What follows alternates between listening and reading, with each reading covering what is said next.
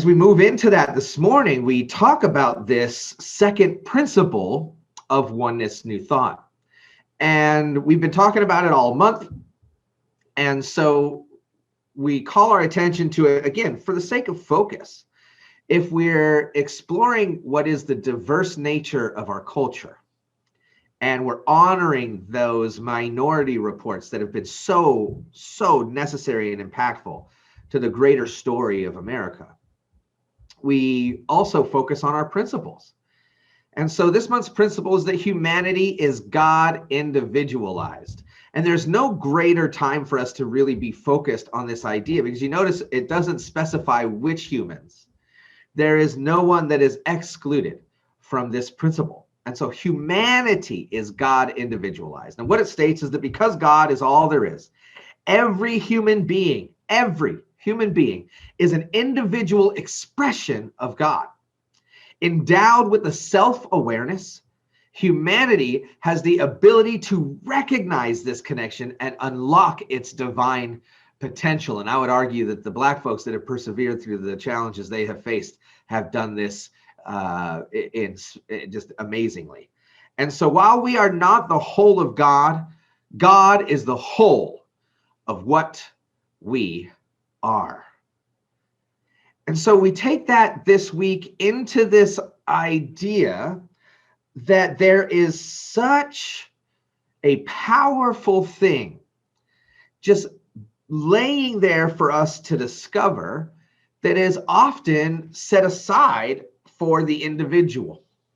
Now that might seem weird. When I say humanity is God individualized, why would I kind of downplay that individuality just a little bit in the midst of a statement that's literally just talking about the importance of our individuality? And the reason for that is because in oneness, our individuality is ours alone, but it is endowed to every single human being. Every living human being is endowed with an individualized experience, a life, a mind, a beingness that is all their own. And so this morning, we talk about this idea of how do you reconcile oneness with individuality? How do you reconcile those two things? And so I'll start with a phrase that's really common amongst me and some of my colleagues and friends, which is that oneness is not sameness. I'm going to say that one more time for you. Oneness is not sameness. And what I mean by that is that even though every human being as an individual has their own unique gifts to give and their own unique identity within the whole, that uniqueness is what makes their presence in the whole distinct. And there's a difference between distinction and division. And that's what I'm going to focus on today, is that there is a real difference between being distinct within a whole and being divided from a whole. And so, you know, as I was reflecting on last week's conversation, I got a great phone call from a woman that I love and adore, as a friend of mine by the name of Dorcas Austin. If you don't know her, get to know her. She's here this morning. I saw her in the chat earlier. Say hi, Dorcas. Hi. And her and I were talking about last week's sermon. One of the things that she brought forward that I thought was so important, you know, because I'm talking about 50 different things at the same time in my head. And so sometimes I don't even know what I've told you all. And so she brought up this idea that it's a real stretch and a challenge to think that we should take everyone's opinion and take it to heart. Because there are times in our lives where the opinions of others are very consciously and deliberately set against our well-being. And I'll talk about that here in a minute. And so how can we honor and respect and take all living human beings' presence as valuable without then thinking that it's our responsibility to be beholden to every single opinion that is out there? And I came up with this concept because it really kind of struck a chord with what my personal experiences as of late and just throughout my life, which is that I can care about your well-being without caring about your opinion. Oh, I'm going to say that again. You can care about the well-being of every living human being without having to think that that means that you should be beholden to every single opinion out there. And when we come into that awareness, we realize that, as I've been talking about since the beginning of the year, this concept of conflict and differences and division being a really powerful theme in the world right now, that finding ourselves in that and being able to discern the difference between distinction and division is really important. Because when we find our distinction, we can begin to mature our perspective into a place where we recognize also the difference between division and multiplication, right? When we have more diverse, inclusive opinions and perspectives and systems that we share with one another, we're actually synergizing our humanity so that our oneness is empowered by our distinctions rather than being divided by our opinions. But how do we achieve that? I mean, all of that is really cool, right? But how do we begin to grapple with what it means to actually practice that in our lives and demonstrate an awareness that we're willing to do that work? And so in this idea that oneness is not sameness, and in my blurb for the week, I said, some people think that oneness is just means we're all part of this one big glob of goo, which first is just gross. But when we allow the concept of oneness to strip away the uniqueness that we are in order to conform to or assimilate into a pre-existing status quo, what we've done is we've fallen into the booby trap of thinking that old thought is more informed than new thought, right?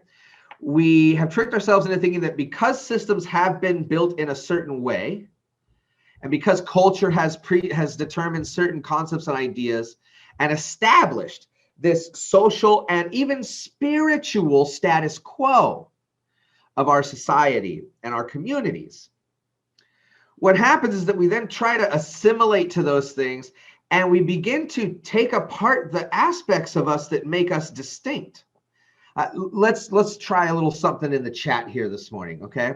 And there is a bit of a delay, so I'm going to throw it out there and then I'll come back to it. But I'd like you to throw out in the chat if there's ever been a time that you have felt that you have surrendered some aspect of yourself that is really vital to your authenticity and your uniqueness in order to fit in. Whether you were fitting into a crowd, whether you were fitting into a business or a work role or a spiritual title or identity, whatever it might be. And then to share that with each other in the chat this morning, right? Because those stories are all going to be very different. But isn't it powerful to recognize how those stories have these threads that connect us to each other without us being exactly identically the same? And so as we think about these moments where we are challenged by the world around us and the way that it already exists, we first have to acknowledge that if what we think is that like the world is created through thought and action, then everything that's currently here right now is already at the end of its creative process. It is already demonstrated. It's already right in front of us. And so when we perpetuate those concepts and ideas, we're not actually introducing new thought. We're just shoring up and solidifying the old thought that has established the current reality in which we live. But in our teaching, we believe that we have the power to change and transform those conditions. But in doing so, we cannot deny that the consciousness that preceded us, the thoughts and ideas and feelings that preceded us, those thoughts and ideas and opinions have created where we are now. And so we still have to recognize that we have the power to transform conditions while having the maturity to understand that, once you put the meat in the sausage maker, you can't change what's going to come out the other end, right? But what you can begin to do is take a conscious look at your ingredients and everything, and your process and everything that you do, so that if there is a way to achieve a greater expression of the desired outcome, that we can consciously intervene in the process and create something new. And when we do that, if we are coming into a status quo and saying, hey, you know what, I have a new idea, typically that new idea is inspired by our authentic selves, that thing that distinguishes us within the whole. And I don't know if you guys have noticed, but there's a lot of people rising up against a lot of different aspects of the current, and I can only speak to the American context of societal, but really on a human level, it's happening all around the world, except this idea that maybe the way that we've done things up until now is no longer working and functioning in a way that serves us best and serves as many of us as possible in the best way that it possibly could. But those ideas come from that authentic space within us that can sense that there's something that's not good about what's going on, but also that understands and claims the power and authority to change it. And that becomes with changing behavior. That becomes with recognizing that when we are distinct within the whole, that means that our impact on the whole around us, whether it's the world or the communities or whatever case it might be, whatever context we place in it, that our distinction, our distinct humanity as individuals is what affords us the power and authority to bring newness into the wholeness of humanity, right? Now, it's true that sometimes when our status quo is challenged, we might say, boy, this really feels divisive. Have you guys ever had that moment where someone says something and it really just feels like they're trying to pit people against one another, like they're trying to be divisive? Well, there's an important thing that lays beneath that we have to acknowledge if we're going to really truly engage our authentic individuality. And that is that when we look at the current status quo of what we've created, it is entirely possible, and from my observation, it is rampant, that in fact the division is something that has been created and embedded into the status quo already. And so to speak against that status quo, to speak new thoughts and new ideas into the potential of what could be, that would be greater, we are sometimes finding ourselves being treated as divisive or being seen as the divider of folks. But I'm going to speak very specifically and directly to one particular idea where this is not the truth, and that is within racism and white supremacy. When we use our distinct individuality to oppose existing forces of division that have already created conditions in which there is division amongst humanity, in this case, white superiority, what happens is that when we speak to it, we are labeled divisive because we are trying to divide others from the error of thought that lives in the current status quo. However, our discerning mind will show us that in fact the division occurred in the establishing of that status quo. Now, it doesn't have to be huge and societal like the examples that I'm using now. These same things are happening within ourselves, in our own minds and in our own souls. These very same revelations are occurring. I know that for myself, being raised as a cis heterosexual white man, fully able-bodied white guy in America, that I had all kinds of established thoughts and feelings and ideas about the way the world around me worked, that over time, through my spiritual exploration and through my spiritual practice, I began to recognize as being the kinds of things that needed to be challenged within me. That I needed to be willing to look at who I was being as an individual in the midst of oneness and ask myself if I was truly carrying around ideas that further unified me, endeared me to, and called me into service for the rest of humanity. And not just in the idea of what it would mean for, it's great for us to have the idea of oneness, but to actually change our thinking and our behavior in such a way that that new thought that is occurring to us from within, that the divine is revealing to us. And sometimes it comes to us through challenge and turbulence. Sometimes it comes through us through conflict, but sometimes it just comes to us through friends who are making casual observations of dumb things that we say, right? But in whatever way it's being revealed to us, when we come into that revelation, there is a conflict within us. And when we come into that revelation with the society around us, there's a conflict within us and the community around us. And so the first thing we have to be willing to acknowledge is that that conflict is good. When we have revealed something that brings us to a greater sense of awareness about oneness, and we begin to infuse that into the way we move through the world, make our own decisions, and engage the status quo that exists all around us, it is vital for us to be willing to have a voice. And every individual has a distinct voice. But it's not just an individual thing. Every community, every organization, every system, all of them, everything cultivates its voice. And in cultivating its voices, we were reminded this morning, when we recognize I have a voice, and we commit to oneness and say, I want to move hand in hand, holding each other,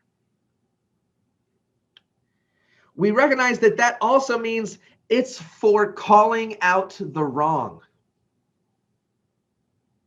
Because when we're not willing to call out that which is not in alignment with our principles, and when we diminish our voice, we restrict the brilliant gift that our individuality has been set forth to express. We are all here by divine appointment. Our presence is the presence of God as us. And when we diminish and deny our voice, we rob the rest of the wholeness around us, the oneness around us, of the authenticity of the new ideas that are emerging through us. And when we do that to ourselves in our own mind, when we have inspired ideas and inspired perspectives, and then we immediately in our own minds kind of dismantle them and speak poorly of them, and then become pessimistic about their presence in ourselves, then we don't afford them the jubilance and the celebration and the activity that they naturally, divinely are created out of. And so sometimes speaking truth is sounding divisive because the thing we are speaking to is division itself. And the voices of those who are still caught up in and wanting to perpetuate those status quo choices for reasons that they are sometimes conscious and other times unconscious of completely, but that in their mind and sometimes in our minds, we benefit from. In our culture, in our societies, we benefit from those status quos. And so to challenge them is to challenge this thing we get our benefits from. Look, I don't know about you guys, but it's hard for me to look at something that I get something great out of and say, well, maybe it's worth it not to get all that good stuff out of it because there's something greater yet still to be had. But we first have to wrap our heads around letting go of the thing that we do have. And the only way that we get into all of that in a way that lifts us up and brings us forward is to cultivate our voice. And that doesn't mean that everything we say is going to be awesome and that we're not going to say a bunch of stuff that we'll regret later. Go ahead and raise your hand in the chat if you've ever said anything that you regret having said after having said it. Can I get an amen? Right? Because we are learning together, growing together. And so spiritual community is really vitally important to society, in my opinion. Spiritual community, however you seek it out and find it and share it with others, is vital to human evolution. because it creates a conscious and deliberate context within which we can both speak freely and take back the dumb stuff when we realize that what we said was ignorant or uninformed or self-serving. And we can embrace the wholeness of oneness by taking that individuality that we have and pouring all of it out and being vulnerable and being willing to hear others and see others, but also being discerning. You know, I bring up that idea again. I can care about your well-being without caring about your opinion. Look, if you're, I don't know, if you're going to tell me an opinion that I've heard 70,000 times and that I've had more than enough time to contemplate, that doesn't mean I should suddenly stop and rethink all of that. And if I've put in conscious time and energy into doing it, then I know that I've looked at it, really looked at it, studied it, considered it. And when we do that, we respect our individuality by having that critical thinking capacity to think it through and see if there's anything in there for us. And so, no, we shouldn't think that it's our responsibility to take everything everyone says personally and as if all of it has value. This is not something that a lot of spiritual leaders would say, I don't think, but not every opinion matters. And when we recognize that, the first way that we recognize it is by humbling ourselves and accepting the fact that not every one of our own opinions matter either. And that's not easy.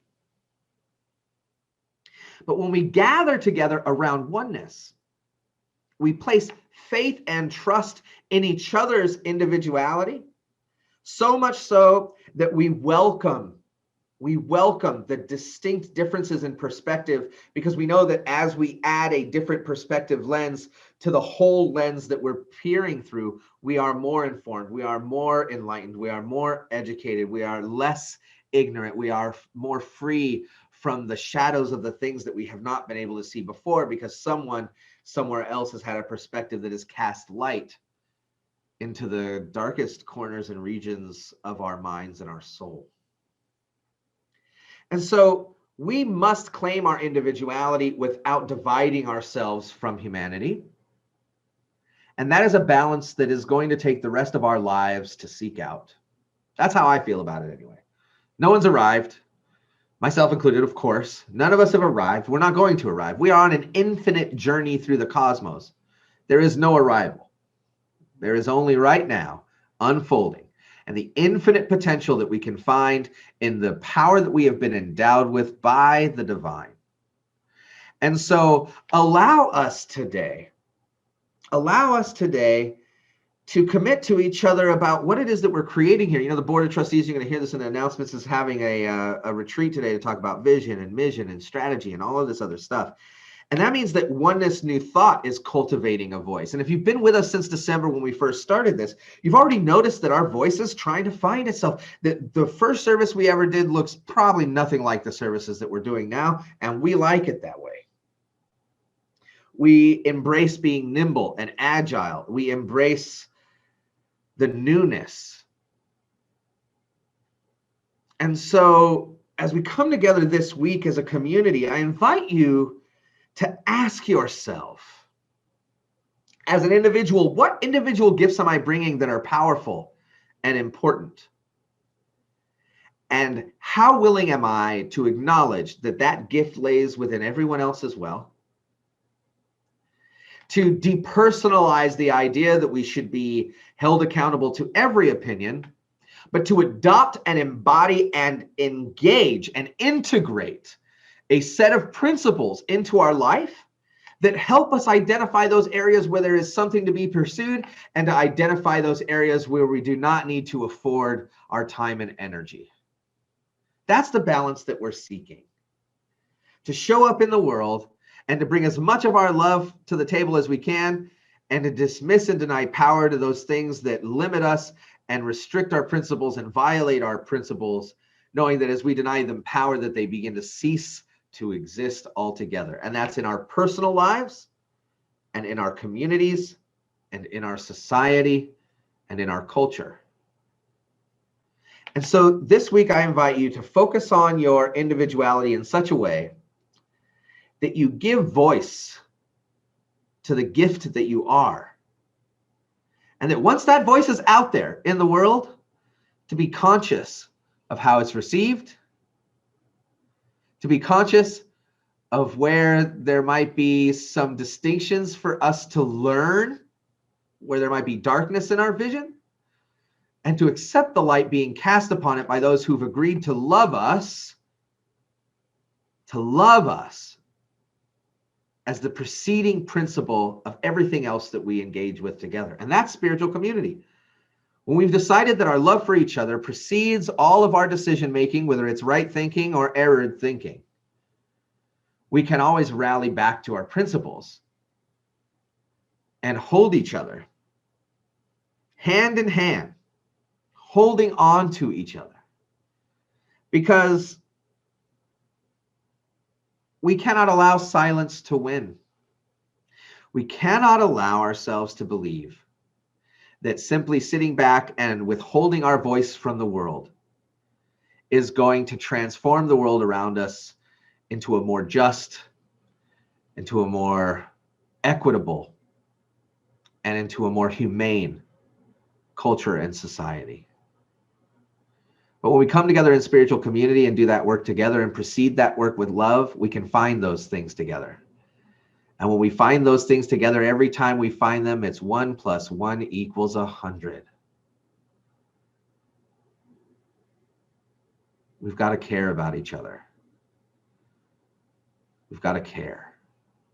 And so I invite you to care with me and to care with Oneness New Thought as the board stewards our vision and mission. And I invite you to carry that into your week, into your spiritual practices, your prayer, your meditations, your contemplations, and to ask yourself, how can I use these principles to discern for myself when I need to be listening and when I need to be speaking? Because I'm excited to hear your voices, to see your individuality, and to recognize its brilliance within the whole of the divine. Please join me in this affirmative prayer. Because what I know is that right here and right now in this moment, there is something happening. I don't know what this thing is. This thing is so much. It is everything. It is all things. To know all of it would be a fool's errand. And so what I know is I know of it. I know its brilliance and magnificence, that the peace and the beauty and the joy and the truth and the love and the life and the light that it shines into being all around me is good. That its inherent goodness is evolving into an even greater sense of goodness that we have the great grand gift of accepting right here and right now. And so I receive it by saying yes to my individuality and by honoring the individuality of every other living being. And in so doing, we recognize that that goodness, that wholeness, that oneness that we are is distinct within each and every one of us, but cannot be divided against itself. Because we consciously choose unity, we cannot be denied unity. And so today we consciously embrace and accept unity by seeking out those areas, those perspectives, and those things in the world that we know bring goodness into the world, but that have not garnered our attention. As I move into this Black History Month, I do the work that was not done for me earlier in my life to discover the great brilliance of the contributions of Black history makers.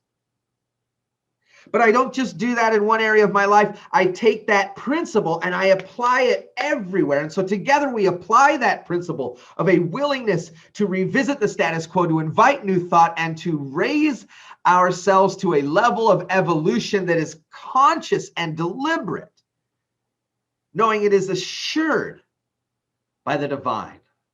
It is endowed in each and every one of us the capacity to be something grander, and we say yes to that now. Not because there's something wrong with who we've been, but because we are on an infinite journey of forever recognizing even greater measures of our goodness than we knew before. And so for this community, I give thanks. For its leadership, for its participants, for all the technology that makes it happen and the creative ideas that bring it into being. I am grateful for everyone who comes and joins in this sense of community and cares for each other and engages each other through these principles. I am so grateful. And in that sense of gratitude, I've accepted that there are gifts that I have yet to even receive that I am already accepting and giving thanks for, that brilliance is forevermore. And so I am forever grateful as I surrender this to the law, as I give everything to the divine, that thing that knows exactly how to take it and lift it up and exalt it and bring it into being in powerful ways. I trust it. I place faith in it. And I place faith in every individual human being on this earth with whom I share this gift. And as I do so, I know that the law conspires and collaborates to bring us together and to bring things to us and through us that we didn't even realize were emerging. It's already happening, and in the mind of God, it is already done. And so I claim it with my spiritual community this morning as we say together, and so it is. Amen.